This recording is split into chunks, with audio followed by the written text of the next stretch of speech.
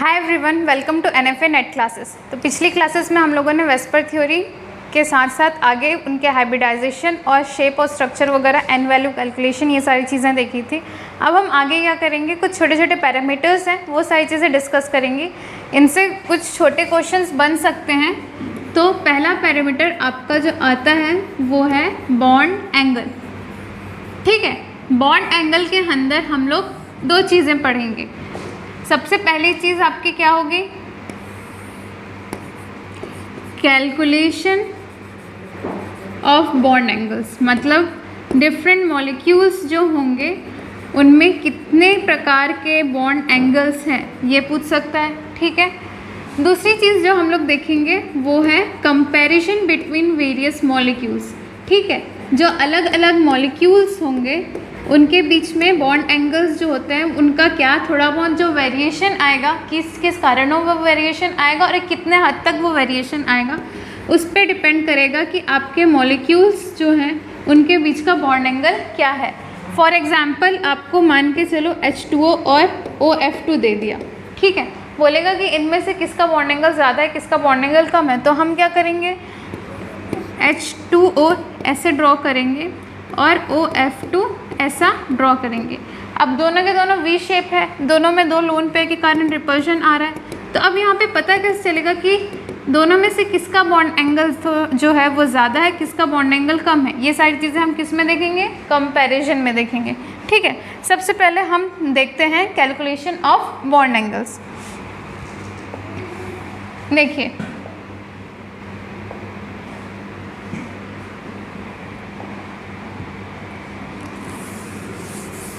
ठीक है, number of bond angles का फॉर्मूला होता है, क्या होता है, n factorial divided by 2 factorial n minus 2 factorial.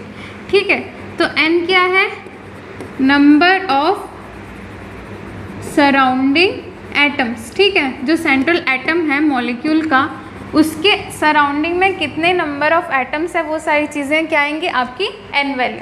तो आपका फॉर्मूला क्या है, n factorial divided by 2 factorial into n minus 2 factorial.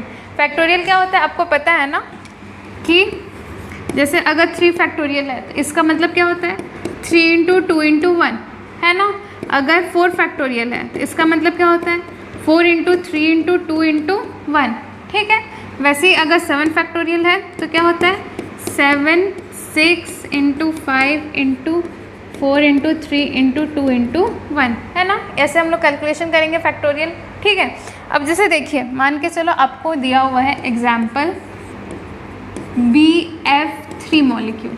ठीक है, BF3 मॉलिक्यूल में क्वेश्चन दिया है calculate number of FBF angles. ठीक है, अब अगर वहाँ पे अब जाएंगे, अगर वहाँ पे अब BF3 मॉलिक्यूल बना रहे हैं, ठीक है, जैसे आप बोरॉन, ठीक है, 3 फ्लोरीन, पहले आपने ये ड्रॉ किया,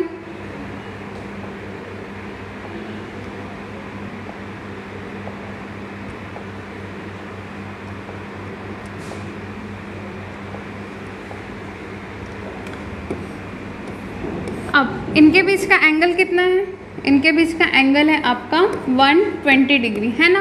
अब नंबर ऑफ FBF कैसे निकालेंगे, एक यहाँ से लेकर यहाँ तक 1, ठीक है, यहाँ से लेकर यहाँ तक 2 और यहाँ से लेकर यहाँ तक 3। अब यहाँ पे 3 आ गए तो ये क्या हो गया, number of FBF bond angle 3। पर अगर बड़े मॉलिक्यूल्स दिया है, SF6 दिया है, ठीक है, IF7 दिया है, अब कितने नंबर ऑफ एंगल्स निकालना है, तो फिर पूरा आपको इमेजिन करना पड़ेगा। SF6 का क्या है, ऑक्टाहेड्रल है। ठीक है, उसके बाद फिर क्या और एंगल्स कैलकुलेट करेंगे। हो सकता है कि कुछ एंगल्स आपसे छूट जाए, तो क्या है, हम क्या करेंगे, डायरेक्ट फार्मूला पे इंसर्ट करेंगे। ठीक है, क्या है आपका फार्मूला, सबसे पहले यहाँ पे n की वैल्यू क्या होगी 3 सराउंडिंग एटम्स हैं। ठीक है, n की वैल्यू 3 होगी, तो फॉर्मूला है n factorial divided by 2 factorial into n minus 2 factorial. देखो 2 तो है ही, बचेगा सिर्फ n, n की जगह जहाँ जहाँ पे भी है वहाँ पे हम लोग क्या लिख लिए 3। ठीक है। तो अब क्या आएगा इसकी जगह आपका आएगा 3 फैक्टोरियल का मतलब क्या हो गया 3 इंटू 2 इंटू 1। 2 फैक्टोरियल का मतलब 2 इंटू 1 और 3 माइनस 2 क्या हो गया 1। तो ये 2 2 कैंसिल आउट हो गया, कितने हो गए 3। ठीक है, तो 3 बॉन्ड एंगल्स है कौन से FBF बॉन्ड एंगल्स कितने के 120 डिग्री के। ठीक है, अब वैसे ही मान के चलो आपको दिया है PCl5। ठीक है, अगर आपको ड्रॉ करना है तो क्या होगा 3 क्लोरीन, एक ऊपर और एक नीचे। क्या होता है इसका शेप होता है ट्राइगोनल बाय पिरामिडल, है ना। ट्राइगोनल बाय पिरामिडल इसका शेप होता है। अब अगर हम कैलकुलेट करने लगे तो क्या होगा 1 2 3 ऐसा हमने कैलकुलेशन कर दिया। अब मान के चलो ऊपर का क्लोरीन है, क्लोरीन भी तो बना रहा है ना एंगल, इसके साथ 4, इसके साथ 5, इसके साथ 6। अब नीचे वाला क्लोरीन भी बनाएगा 7 8 9। अब ये तो वही क्वेश्चन हो गया ना जहाँ पे नंबर ऑफ ट्राइंगल्स कैलकुलेट करना रहता है। अगर सोचो आपको फॉर्मूला दे दिया तो कितना इजी हो जाएगा कैलकुलेशन करना, वहाँ पे तो नहीं है पर यहाँ पर है। ठीक है, तो क्या होता है 5 का फैक्टोरियल डिवाइडेड बाई 2 का फैक्टोरियल अपॉन 5 माइनस 2 का फैक्टोरियल। ठीक है, n की वैल्यू 5 कैसे आया क्योंकि फॉस्फोरस के बगल में 5 क्लोरीन एटम्स है। ठीक है, तो 5 का फैक्टोरियल मतलब 5 इंटू 4 इंटू 3 इंटू 2 इंटू 1। ठीक है, अब 2 का फैक्टोरियल मतलब 2 इंटू 1।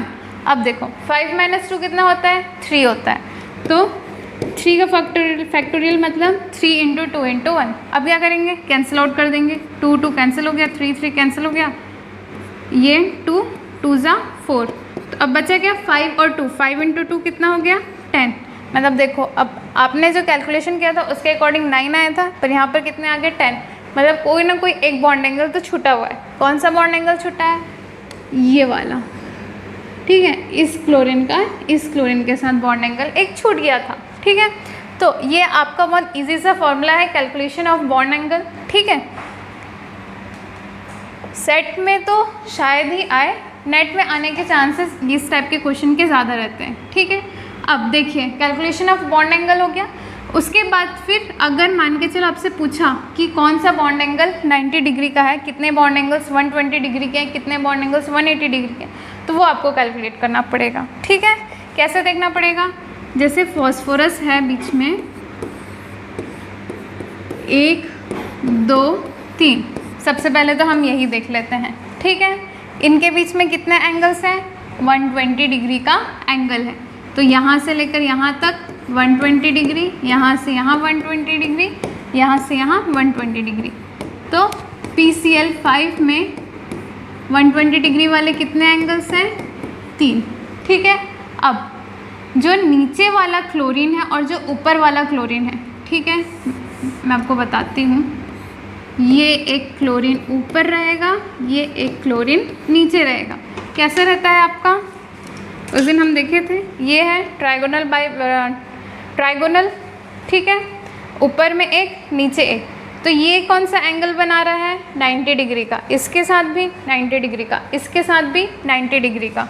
ठीक है, तो ये एंगल्स कितने के बन रहे हैं 90 डिग्री के। तो ऊपर वाले क्लोरीन से 3 90 डिग्री वाले एंगल्स और नीचे वाले क्लोरीन से 3 90 डिग्री वाले एंगल्स, मतलब टोटल 90 डिग्री वाले कितने एंगल्स बन रहे हैं आपके 6। ठीक है, अब 6 और 3 9 जैसा हमने कैलकुलेट किया था। एक कौन सा बचा था 180 डिग्री वाला क्लोरीन फॉस्फोरस क्लोरीन। ठीक है, 180 डिग्री वाला कितना 1, तो टोटल हो गया 10। ठीक है, इतना समझ में आया। तो अब अगर आपको कोई भी मॉलिक्यूल दिया है तो सिर्फ बस ये एक फॉर्मूला याद करके रखिएगा, कौन सा n factorial divided by 2 factorial into n minus 2 factorial. उसके बाद तो हम दिमाग लगा ही लेंगे कि कहाँ से कितने कितने कैसे बॉन्ड एंगल बन रहे हैं। ठीक है, क्योंकि आपको पता है कि इतने टोटल बॉन्ड एंगल्स तो बन ही रहे हैं। ठीक है, अब दूसरा आपका क्या आता है कंपैरिजन बिटवीन वेरियस मॉलिक्यूल्स। ठीक है, अलग अलग मॉलिक्यूल्स का बॉन्ड एंगल का कंपैरिजन। अब ऐसा क्यों होता है, सबसे पहले हम रीज़न देखते हैं। हम लोगों को एक चीज़ जो वेस्पर में अच्छे से याद होनी चाहिए जिसके कारण इतने सारे मॉलिक्यूल्स के शेप आते हैं, वो है लोन पेयर। लोन पेयर का रिपल्शन सबसे ज़्यादा होता है, उसके बाद फिर होता है लोन पेयर बॉन्ड पेयर का रिपल्शन, और सबसे कम होता है बॉन्ड पेयर का रिपल्शन। ठीक है, अब जो दो मॉलिक्यूल्स आपको कंपेरिजन के दिए थे वो दोनों मॉलिक्यूल्स मैं कंपेयर करके बता देती हूँ। ठीक है, क्या दिया था, एक H2O, ठीक है, ये है आपका H2O, ठीक है। दूसरा कौन सा मॉलिक्यूल लिया, OF2, बीच में सेंट्रल एटम ऑक्सीजन, इधर फ्लोरीन। ठीक है, इतना हो गया। अब देखो, सिंपल सी बात है, इसमें दो लोन पेयर्स हैं, इनका रिपल्शन होगा सबसे ज़्यादा। इनके बीच में दो लोन पेयर्स हैं, इनका भी रिपल्शन बहुत ज़्यादा होता है। इसलिए ये जो बॉन्ड एंगल है वो क्या हो जाती है, 109 डिग्री 8 मिनट से रिड्यूस होके लगभग 104 डिग्री तक पहुंच जाती है। ठीक है, अब जब ये 104 डिग्री तक पहुंच जाती है तो ये चीज़ तो दोनों में सेम होना चाहिए, मतलब दोनों में 104 डिग्री होना चाहिए, क्योंकि दोनों में ऑक्सीजन एटम है। ठीक है, दोनों का वी शेप है। डिफरेंस कहाँ पे आता है, डिफरेंस आता है आपके सराउंडिंग एटम में, है ना। मतलब जो भी रीज़न होगा वो सराउंडिंग एटम से रिलेटेड होगा। जब हम ध्यान दें अच्छे से तो पता चलेगा कि हाइड्रोजन तो मोनोएटॉमिक है ही, फ्लोरीन भी मोनोएटॉमिक है, पर इसमें 3 लोन पेयर ऑफ इलेक्ट्रॉन्स और हैं। ठीक है, ये वाले फ्लोरीन में भी क्या होंगे, 3 लोन पेयर ऑफ इलेक्ट्रॉन्स होंगे। तो इनके कारण क्या होगा, इन लोन पेयर्स में भी तो रिपल्शन होगा ना, है ना।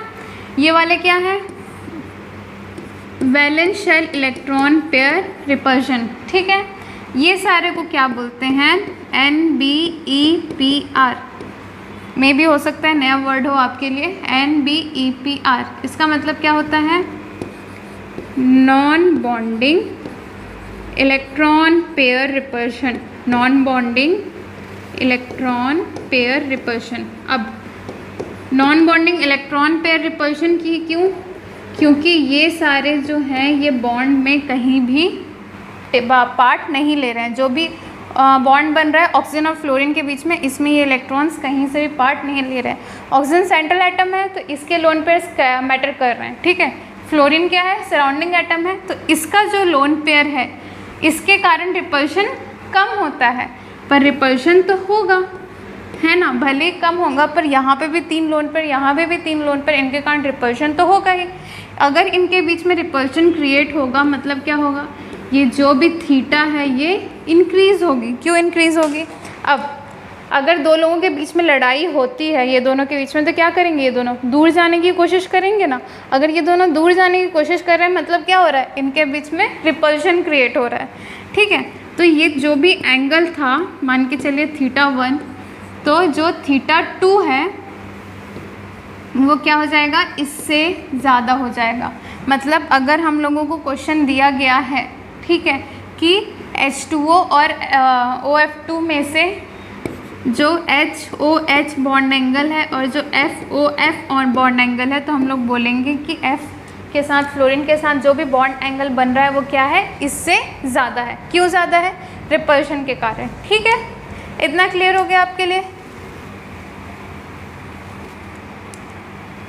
अब अगर मान के चलिए यहाँ पर क्या होता, हाइड्रोजन की जगह CH3 होता, यहाँ पर भी हाइड्रोजन की जगह CH3 होता, तब क्या होता, तब का हम कंपैरिजन करते हैं। ठीक है, अब CH3 का मतलब क्या है, इसको अगर हम लोग एक्सपेंडेड फॉर्म में लिखें तो कार्बन के साथ 3 हाइड्रोजन एटम। ठीक है, यहाँ पर भी कार्बन के साथ 3 हाइड्रोजन एटम। ठीक है, अब ये जो हाइड्रोजन एटम्स हैं ये भी तो रिपल्शन क्रिएट करेंगे ना। ठीक है, इनमें बॉन्ड पेयर है तो ये क्या होगा, बॉन्ड पेयर रिपल्शन क्रिएट करेंगे। यहाँ पे सारे लोन पेयर्स हैं तो यहाँ पे लोन पेयर रिपल्शन है। ठीक है, अब आप ही बताइए, बॉन्ड पेयर रिपल्शन ज़्यादा होता है या लोन पेयर रिपल्शन ज़्यादा होता है। रिपल्शन ज़्यादा तो है। ठीक है, मतलब ये जो एंगल, ये जो रिपल्शन के कारण एंगल बन रहा है, ठीक है, θ3, ये जो है वो θ1 से तो ज़्यादा होगा। क्यों, क्योंकि इनके बीच में रिपल्शन तो है। ठीक है, कंफर्म रिपल्शन है, यहाँ पर रिपल्शन तो है बट इसके रिपल्शन से कम है। ठीक है, इतना समझ में आया क्यों रिपल्शन कम है? क्योंकि हम पहले ही वेस्पर में देख चुके हैं कि लोन पेयर रिपल्शन ज़्यादा होता है, फिर लोन पेयर बॉन्ड पेयर, और फिर बॉन्ड पेयर रिपल्शन आता है। ठीक है, इतना क्लियर हो गया? तो ये आपका NBEPR का कंसेप्ट था शॉर्ट में। तो अगर कोई भी दो मॉलिक्यूल देता है, अगर उनका अलग अलग डिफरेंट शेप और हाइब्रिडाइजेशन है वो तो ठीक है, अगर सेम है ना तो फिर वहाँ पे कहीं ना कहीं लोन पेयर्स का रिपल्शन हो रहा है। ठीक है, अब देख लेंगे कि वो वेस्पर वाले लोन पेयर्स का रिपल्शन है या फिर इसका लोन पेयर का रिपल्शन है। ठीक है,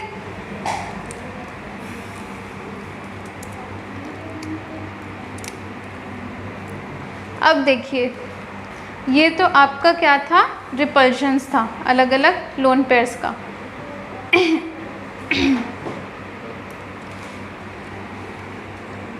NBEPR के बाद एक और कंसेप्ट आपका आता है। ठीक है, एक और कंसेप्ट मैं आपको बताना चाहूँगी, वो है मल्टीपल बॉन्ड्स का। ठीक है, मल्टीपल बॉन्ड्स के कारण किस टाइप का रिपल्शन आता है वो हम लोग देख लेते हैं। एक है आपका ट्रिपल बॉन्ड, एक है डबल बॉन्ड, एक है सिंगल बॉन्ड।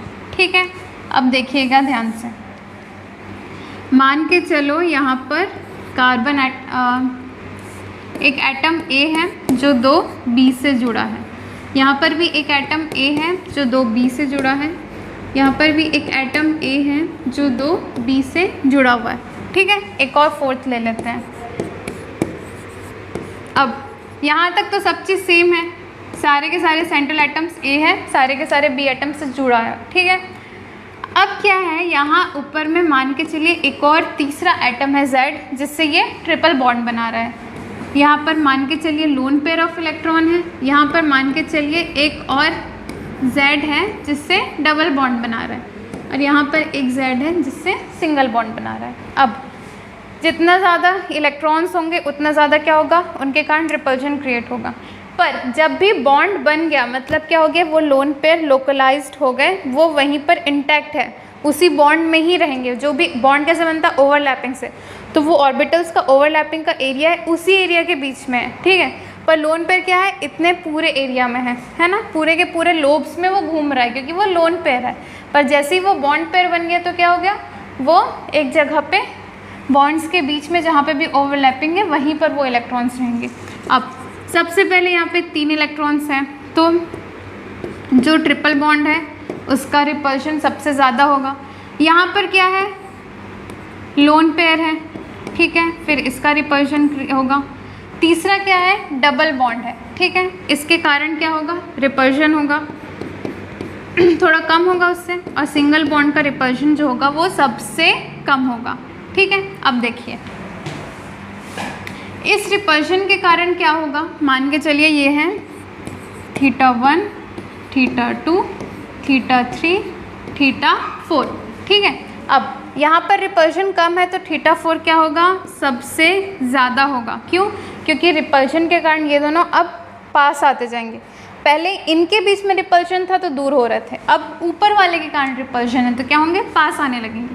अब इनके में रिपल्शन थोड़ा सा ज़्यादा है तो ये थोड़े और छोटे हो गए, इनमें रिपल्शन उससे भी ज़्यादा है तो ये और छोटे हो गए, और ये वाले रिपल्शन इससे भी ज़्यादा है तो ट्रिपल बॉन्ड में क्या हो गया, एंगल सबसे ज़्यादा छोटा हो गया। ठीक है, इतना समझ में आया। अब हम क्या करते हैं, एक आध एग्जाम्पल ले लेते हैं। ठीक है, ताकि ये चीज़ और अच्छे से समझ में आए।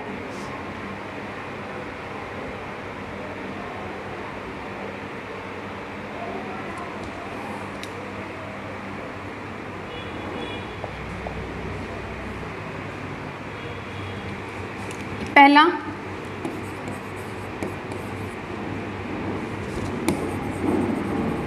अरेंज इन डिसेंडिंग ऑर्डर, मतलब डिक्रीजिंग ऑर्डर में अरेंज करना है। ठीक है, डिक्रीजिंग ऑर्डर में आपको अरेंज करना है। पहला क्या है, CH4,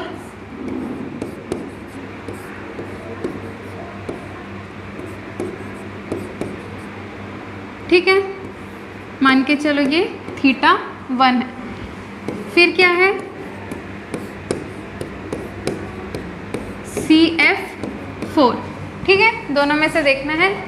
तीसरा हम एक और बना लेते हैं CCl4,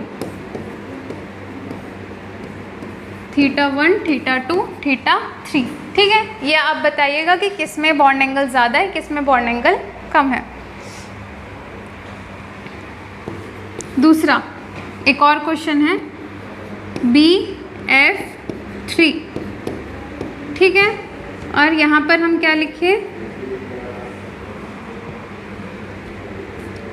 C double bond OF और ये F, ठीक है। मान के चलिए ये θ1 है, ये θ2 है, ये θ3 है। अब इसमें भी आपको बताना है कि 1, 2 और 3 में कौन सा वाला एंगल ज़्यादा है, कौन सा एंगल कम है, ठीक है। अब आगे हम किस में बढ़ेंगे, आगे हम दूसरे पैरामीटर की तरफ बढ़ते हैं जो कि है आपका डायपोल मोमेंट, ठीक है। अब देखिए सबसे पहले डायपोल मोमेंट होता क्यों है। डायपोल मोमेंट, ठीक है, द्विध्रुवी आघूर्ण बोलते हैं शायद इसको हिंदी में, ठीक है। तो होता क्या है कि जब भी कोई बॉन्ड बनता है, अगर वो सेम एटम्स के बीच में बॉन्ड बना है तब तो दोनों जो है इलेक्ट्रॉन्स को अपने तरफ जो खींचेंगे शेयर्ड पेयर ऑफ इलेक्ट्रॉन को, वो बराबर होगा। पर जैसे कि मैंने आपको इलेक्ट्रोनेगेटिविटी में बताया था कि क्या होता है, दो अगर अलग अलग एटम्स हैं तो एक का बॉन्ड पेयर को अपने तरफ खींचने की क्षमता क्या होती है, ज़्यादा होती है, ठीक है। मान के चलो हम 2 हाइड्रोजन ले रहे हैं या फिर 2 फ्लोरीन ले रहे हैं, तो क्या होगा, इलेक्ट्रॉनों को अपने तरफ खींचने की क्षमता दोनों की बराबर होगी, कुछ इस टाइप से बनेगा, ठीक है। बट अगर हम HF लेते हैं तो हमें पता है F क्या है, ज़्यादा इलेक्ट्रोनेगेटिव है। मतलब क्या होगा कि जो इलेक्ट्रॉन है उसको वो अपने तरफ ज़्यादा खींचेगा, तो क्या होगा, फ्लोरीन का जो इलेक्ट्रॉन डेंसिटी है वो थोड़ा बड़ा हो जाएगा, ठीक है। तो इसके कारण क्या होगा, एक डायपोल मोमेंट क्रिएट हो जाएगा हाइड्रोजन से फ्लोरीन की तरफ, ऐसा, ठीक है। तो इधर इलेक्ट्रॉन ज़्यादा है, मतलब क्या होगा, एक तरफ बल ज़्यादा लग रहा है, एक तरफ कम लग रहा है। इसी मेजरमेंट को हम लोग जब बताते हैं तो इसको डायपोल मोमेंट कहते हैं, ठीक है। डायपोल मोमेंट कुछ नहीं, बस एक न्यूमेरिकल वैल्यू है जिससे हम क्या करते हैं, जो टोटल ऑर्डर है कोई भी इलेक्ट्रॉन्स के मूवमेंट का वो कैलकुलेट करते हैं, ठीक है। ये आपका हो गया क्या, डायपोल मोमेंट। इसका फॉर्मूला होता है, क्या होता है, डायपोल मोमेंट को म्यू से रिप्रेजेंट करते हैं, Q × D, ठीक है। यहाँ से आप लोग डायपोल मोमेंट का डेफिनेशन भी लिख सकते हैं। क्या लिख सकते हैं, dipole moment can be defined as the product of charge into distance, ठीक है। चार्ज इनटू जो भी डिस्टेंस होता है वो दोनों के बीच का, वो क्या होता है, डायपोल मोमेंट। ये क्या है, वेक्टर क्वांटिटी। वेक्टर क्वांटिटी मतलब कि ये एक डायरेक्शन बताता है, ठीक है, डायरेक्शन लेस नहीं रहता, डायरेक्शन के हिसाब से रहता है। तो ये क्या है, एक वेक्टर क्वांटिटी है।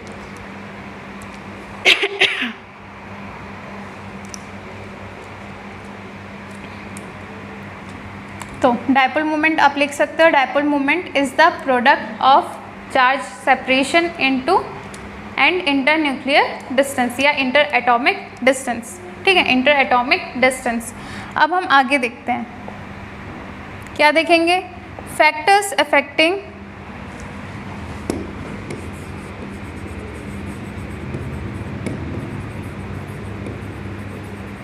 Dipole moment. डायपोल मोमेंट किस कारण होता है, अभी मैं आपको बताई थी, डिफरेंस इन इलेक्ट्रोनेगेटिविटी के कारण होता है। तो सबसे पहला फैक्टर हम यही बोल सकते हैं कि इलेक्ट्रोनेगेटिविटी पर निर्भर करता है, ठीक है। जितना ज़्यादा इलेक्ट्रोनेगेटिविटी डिफरेंस, डेल एन लिख सकते हैं, ठीक है। जितना ज़्यादा इलेक्ट्रोनेगेटिविटी डिफरेंस होगा उतना ही ज़्यादा आपका डायपोल मोमेंट होगा, ठीक है। जैसे कार्बन और हाइड्रोजन ले लें और फ्लोरीन और हाइड्रोजन ले लें, तो हम लोगों को पता है कि फ्लोरीन का इलेक्ट्रोनेगेटिविटी ज़्यादा होता है कार्बन से, और ये चीज़ सेम है। तो इसका जो डायपोल मोमेंट होगा वो क्या होगा, फ्लोरीन हाइड्रोजन का ज़्यादा होगा रेदर देन कार्बन और हाइड्रोजन। ठीक है, ये आपका क्या है, directly proportional to electronegativity difference. दूसरी चीज़ क्या होगी,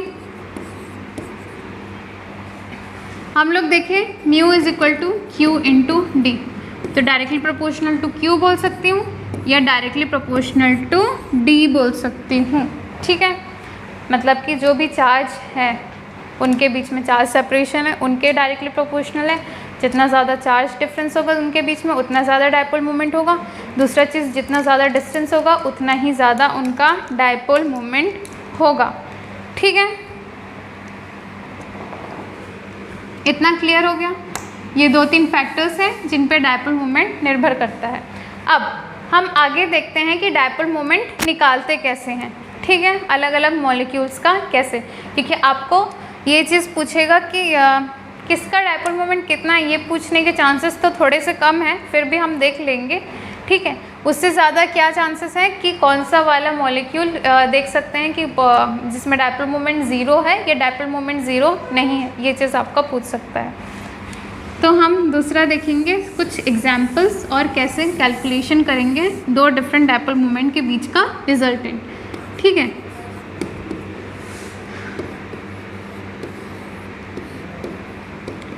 सबसे इजी एग्जाम्पल,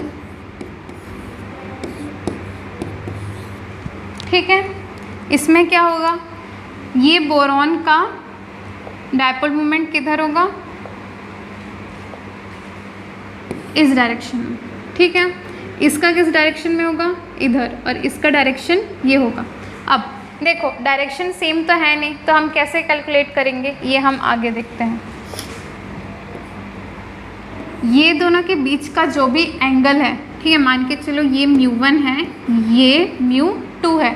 ठीक है, तो जो भी रिजल्टेंट होगा, अगर आप फिजिक्स वगैरह पढ़े होंगे तो जो रिजल्टेंट होगा आपको पता है किसके डायरेक्शन में होगा, इस डायरेक्शन में होगा। दोनों के बीच में होता है हमेशा रिजल्टेंट। कैसे होता है, मान के चलो ये एक डायरेक्शन में डायपोल मोमेंट जा रहा है, इस डायरेक्शन में डायपोल मोमेंट जा रहा है। ठीक है, तो इनका जो रिजल्टेंट है वेक्टर क्वांटिटी जब हम निकालते हैं तो क्या होता है, दोनों के बीच में आता है। ये चीज़ आपको क्लियर है ना। तो अब देखिए ये दोनों के बीच में आएगा, इसका कैलकुलेशन का फॉर्मूला होता है mu resultant is equal to μ1 square plus μ2 square plus 2μ1 μ2 cos theta. ठीक है, उनके बीच का फॉर्मूला होता है √μ1 square plus μ2 square plus 2μ1 μ2 cos theta, ये फॉर्मूला है। तो इनके बीच का एंगल कितना है, 120 डिग्री है। ठीक है, अब μ1 और μ2 क्या होंगे, दोनों के दोनों तो बराबर होंगे यहाँ पे, है ना। क्यों, क्योंकि दोनों बोरॉन से फ्लोरीन, बोरॉन से फ्लोरीन जा रहा है। तो ये क्या हो जाएगा, √μ का स्क्वायर प्लस μ का square plus 2μ into μ cos 120 degree. ठीक है, तो ये क्या हो जाएगा, 2μ स्क्वायर प्लस 2μ1 इंटू, दोनों μ है तो ये भी क्या हो जाएगा, μ स्क्वायर, फिर आएगा cos 120 डिग्री। ठीक है, cos 120 डिग्री का वैल्यू क्या होगा, वही होगा जो cos 60 डिग्री का होगा। ठीक है, cos 60 डिग्री का क्या होता है, 1/2। ठीक है, बस वहाँ पे क्या आ जाएगा, माइनस का साइन आ जाएगा। ठीक है, 2μ square plus 2μ square into minus 1/2, तो ये कट गया, तो 2μ स्क्वायर माइनस μ का स्क्वायर आ जाएगा। तो ये क्या हो जाएगा, इसका √ओवर जब आएगा तो क्या बचेगा, सिर्फ μ बचेगा। ठीक है, तो क्या हुआ, इसका रिजल्टेंट आपका सिर्फ μ आ गया। इधर तो ये μ है ही। ठीक है, ये तीनों के तीनों बराबर है ना, क्योंकि बोरॉन से फ्लोरीन का जा रहा है तो डायपोल मोमेंट से सेम होगा। अब ये क्या है, 180 डिग्री है ना। 180 डिग्री कॉस का क्या होता है, -1, मतलब जितना इधर जा रहा है उतना ही उधर जा रहा है। अगर जितने फोर्स से इधर खींच रहे उधर, उतने ही फोर्स से उधर खींचेंगे तो क्या हो जाएगा, दोनों के बीच का डायपोल मोमेंट 0 हो जाएगा, है ना। तो इनके बीच का डायपोल मोमेंट क्या हो जाता है, 0। तो यहाँ से हम लोग एक कंक्लूजन भी लिख सकते हैं। क्या लिख सकते हैं कि dipole moment of all regular molecules are 0। Regular molecules मतलब कि जिनका जो भी शेप होगा वो ज्योमेट्री के बराबर होगा। हमने क्या बोला था, जिनमें लोन पेयर 0 होते हैं वो सारे के सारे क्या होते हैं, आइडियल मॉलिक्यूल्स, रेगुलर नहीं आइडियल। ठीक है,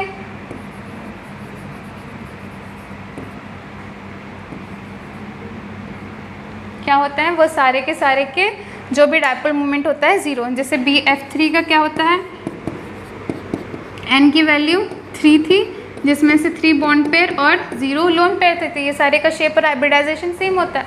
तो ये सारे ऐसे मॉलिक्यूल्स का जो म्यू वैल्यू होता है वो 0 होता है। तो आपसे क्या क्वेश्चन दे सकता है, आपसे क्वेश्चन में पूछ सकता है कि which of the following molecules, या हम अगर जैसे गेट में क्वेश्चन पूछता है तो क्या बोलता है, 8-9 मॉलिक्यूल्स दे देता है और बोलता है कि how many of the following molecules have 0 dipole moment. तो कैसे निकालेंगे, हम लोग देख लेंगे कि किनका जो रेगुलर शेप है किनका नहीं है। ठीक है, दूसरी चीज़ हम ये भी देख सकते हैं कि वो उनका जो म्यू है वो किस डायरेक्शन में, अगर जस्ट अपोजिट डायरेक्शन में होता है तो उनके म्यू की वैल्यू कैंसिल आउट होके 0 हो जाती है। ठीक है,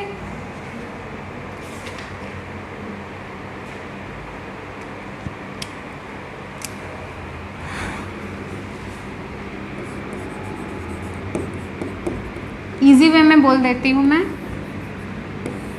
ठीक है, व्हेन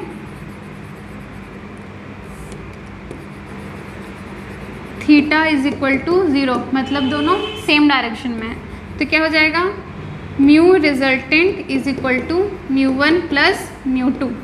ठीक है, ये मान के चलो μ1 है, ये μ2 है, तो क्या हो जाएगा, दोनों का सम हो जाएगा। केस 2, ठीक है, जब दोनों अपोजिट डायरेक्शन में, ये एक μ1 है, एक ये μ2 है। ठीक है, दोनों अपोजिट डायरेक्शन में, तो mu resultant when theta is equal to 180 degree, mu resultant is equal to μ1 minus μ2। ठीक है, मतलब दोनों में से एक को माइनस करेंगे तो रिजल्टेंट, अगर दोनों बराबर है तो रिजल्टेंट क्या हो जाता है, 0, और अगर दोनों इसमें भी बराबर है तो ये क्या हो जाएगा, 2μ, इफ़ μ1 इज इक्वल टू μ2, और यहाँ पर 0 इफ़ μ1 इज इक्वल टू μ2। ठीक है, बाकी सारे में आपको एंगल्स जो है उनके कॉस की वैल्यू देख के बाकी कैलकुलेशन कर सकते हैं। ठीक है, तो आज के लिए बस इतना ही। अब हम क्या करेंगे, इसके आगे फर्जन्स रूल्स जो बचा हुआ है वो उसके देखेंगे, कुछ प्रॉपर्टीज़, थर्मल स्टेबिलिटी बचा है, सॉल्युबिलिटी बचा है, ये नेक्स्ट क्लास में डिस्कशन करके ये वाला पोर्शन कंप्लीट करेंगे, फिर हम जंप करेंगे MOT में। ठीक है, आप सबको पता ही होगा कि मेरी ऑफलाइन क्लासेस भी चलती हैं NFA नेट एकेडमी गांधी चौक पे, जिसका डिस्क्रिप्शन आपको डिस्क्रिप्शन बॉक्स में आपको लिंक मिल जाएगा, वहाँ से जाके आप चेक कर सकते हैं। ऑफलाइन वीडियोस इसकी ऑफलाइन क्लासेस चलती हैं मॉर्निंग में, तो अगर आप में से कोई इंटरेस्टेड हो या कुछ और चीज़ें हैं, जो चीज़ मैं यहाँ पे जैसे वीडियो में थोड़ा शॉर्ट में बताना रहता है ना, तो सारी चीज़ें कवर नहीं हो पाती। अगर आप इंटरेस्टेड हो, अगर आपको डिटेल में पढ़ना है, अगर आपको मेरा पढ़ाना अच्छा लगता है, तो आप आकर क्वेरीज कर सकते हैं। ठीक है, आज के लिए इतना ही, नेक्स्ट क्लास में हम आगे बढ़ते हैं, उसके बाद फिर हम ये सारे पूरा जब चैप्टर ख़त्म होगा इनके देखते हैं कि कितने सारे क्वेश्चंस आए हैं PYQ में। आपको देखिए और क्वेश्चन सॉल्व करके बहुत खुशी होगी कि हाँ चलो कुछ तो फ्रूटफुल हो रहा है। ठीक है, थैंक यू सो मच।